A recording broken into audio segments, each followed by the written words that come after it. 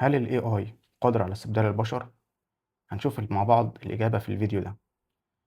مؤخرا لقيت ناس كتير بتتكلم على السوشيال ميديا وأكترهم طبعا المبرمجين والديزاينرز بيتكلموا عن فكرة إن ال AI دمر لهم الشغل، وبقت الأسعار بتاعتهم في الأرض والكلاينتس مش مقتنعة بشغلهم وبتقول ما أنا أقدر أعمل كده بال AI. طيب خلينا ناخد الموضوع بعقلانية. بعد ما اتكلمت مع أكتر من حد وشفت نماذج كتير جدا، الإجابة بكل بساطة هي إن ال AI مش هيقدر إنه يستبدل حد. وتعالوا ناخد مثال بسيط أو مثالين هم اللي أنا ذكرتهم في الفيديو ده، اللي هم الديزاينرز والبروجرامرز. البروجرامرز مؤخرا بقينا نشوف الناس بتنزل ابلكيشنز بقى وسايتس والكلام ده كله شكلها جميل ومنظرها جذاب، ولكن خلينا نتكلم بشكل واقعي. الكود نفسه اللي مكتوب بيكون فيه bugs كتير جدا جدا جدا، وبكل سهولة تقدر تعمل عليها attacks وتقدر تدمر السايت ده.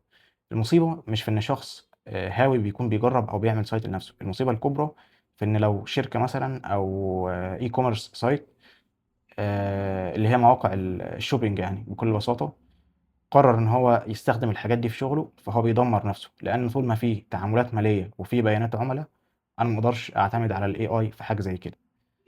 ولمّا تواصلت مع أكتر من حد معرفة بيشتغل في الحاجات دي، هو قال إن الAI بيساعده في شغله، ومهم جدًا إن أنت تكون أصلًا بتعرف تعمل الوظيفة الأساسية اللي الAI بيعملها علشان تستخدمه ويساعدك.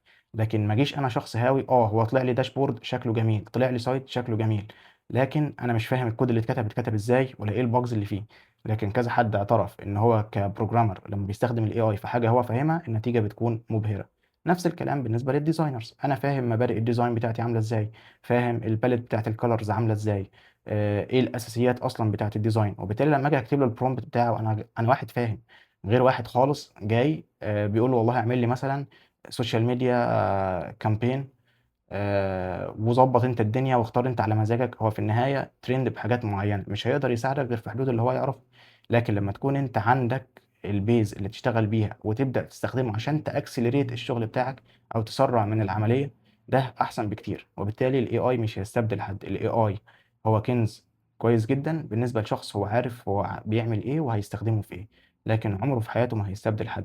فما تروحش ورا الهوجة واستمر في اللي أنت بتعمله، وإن شاء الله هتكون موفّق وهتعرف تستخدمه بشكل كويس. شكرًا ليكم، والسلام عليكم ورحمة الله وبركاته.